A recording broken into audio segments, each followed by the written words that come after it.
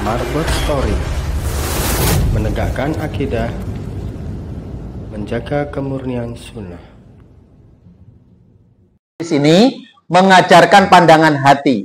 Bagaimana hati kita itu melihat, ya kan? Melihat nikmat-nikmat Allah, jangan hanya melihat satu sisi kenikmatan Allah, yaitu harta. Walaupun toh kita boleh mencari harta, boleh dari yang banyak, boleh. Kenapa? Kalau kita ini bisa nyari yang banyak dan bisa potensinya untuk nyari yang banyak dan bisa, akhirnya kita bisa berbuat banyak. Kadangkala kita pengen berbuat banyak, punyanya cuman sedikit, akhirnya cuman ngelus dodo. Niat, wis apik kuwi niate. Ya kan gitu. Nih. Nah, jangan membandingkan kelebihan duniawi. Ya, jangan membandingkan kelebihan duniawi. Tapi lihatlah bagaimana Allah masih memberi banyak nikmat yang sering kita lupakan. Kita membandingkan kenikmatan duniawi, akhirnya apa bandingkan? Ngukur itu, kalau ngukur baju, ngukur badan kita. Jangan ngukur badan orang lain. Kalau ngukur badan orang lain, nggak pas. Bisa lebar badannya sama, panjangnya beda. Nah ini tuh. Karena apa? Memang bisa berbeda. Ukuran baju kita ya dengan badan kita, akhirnya bisa pas. Ini itu. Nah, kadangkala kita ini diberi kenikmatan masih melupakan yang lain. Satu nggak ada, yang lainnya kita lupakan. Seperti apa nih? Udara segar misalnya. Kita bisa ngirup udara segar. Allah. Ya kan? Waktu sholat, kita bisa menjalankan ibadah sholat. Ya kan? Itu luar biasa itu. Kita masih ingat, kita masih menyadari bahwa sholat itu sama-sama nih Bapak Ibu. Kita sama-sama tahu, misalnya sholat itu wajib. Tahu kan, sholat itu wajib. Tapi betapa banyak orang yang tahu sholat wajib kok yuk ditinggal. Kayaknya kenapa nih? Padahal tahu wajib, tapi kenapa sholat wajib itu tinggal? Bahkan abot, mangkat yo mangkat, tapi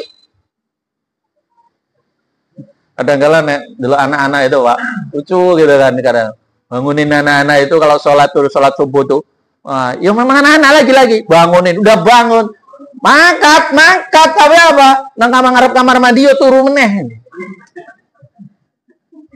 Itulah ada aja gitu kan, ada. Nah itu.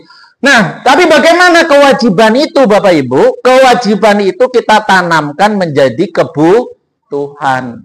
Kalau udah menjadi kebutuhan, kewajiban itu jadi enteng. Karena masalahnya kewajiban itu belum jadi kebutuhan, akhirnya abot kita jalaninya. Tapi supaya tidak abot, mari kita jadikan sholat itu, kewajiban itu menjadi kebutuhan kita.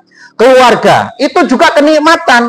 Keluarga ini juga harta. Kita diberikan keluarga yang soleh, soleha. Maka tatkala kita habis sholat, tatkala kita doa, sisipkan doa-doa kita yang terbaik.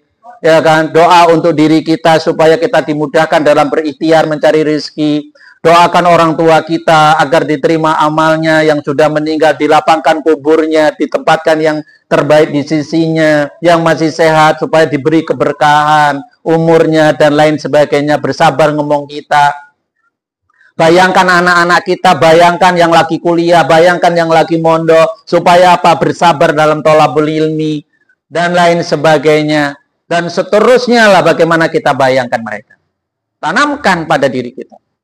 Nah itu. Keluarga yang sakinah, mawaddah, warohmah. Luar biasa. Nah itu kita mohon kepada Allah seperti itu. Terus teman yang solih. Kita punya teman solih. Ini juga berbahagia kita. Punya teman solih itu mahal. Teman yang solih itu mengajak kepada kebaikan.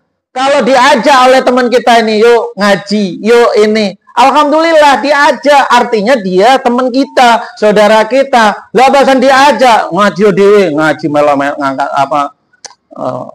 Urusan wong.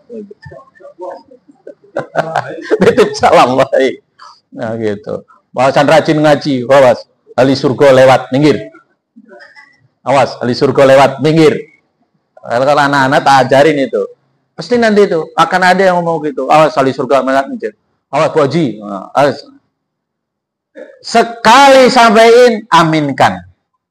2 kali sampaikan, aminkan. 3 kali begitu kan, aminkan. 4 kali ingatkan. Oh. Iya. Ahli surga lewat, minggir. Amin. Memang kita pengen ahli surga. 2 kali ahli surga lewat, minggir. Amin. Karena kita mau masuk surga. 3 kali, amin. 4 kali, ingatkan. Betul. Kalau ahli surga lewat, ahli neraka harus minggir. Oh. Wah, dia marah. Masang kuda-kuda. Kita juga masang kuda-kuda. Mengambil langkah 1000. Dewa. Ya harus begitu. Sing mulai sopo gitu kan. Nah, ini. Ya, hari. Ya, dan kesehatan ini juga kekayaan. Kita bisa sehat makan. Kalau sehat itu makan cuma pakai sambal, pakai apa namanya, rendang ya enak gitu kan. Pakai rendang itu enak. Kadang-kala nih Pak aneh, bin ajaib tapi langka gitu ya. Tapi banyak yang kok langka. Coba enek wong sakit, kita jenguk orang sakit yang dibawain apa? Jeruk. Mati wong sakit digawain jeruk, nggak doyan. Iku gue sing sehat maksudnya gitu. Gue sing nunggu supaya apa enggak ikut sakit. Nah sing sakit jelas aku makan rumah sakit yo itu lah gitu. Nah dikaya sing enak-enak juga enggak enak. Maka pakai kesehatan itu kenikmatan, kesehatan itu kekayaan ini. Nah, pendapat para ulama, ini dengar lagi, Bapak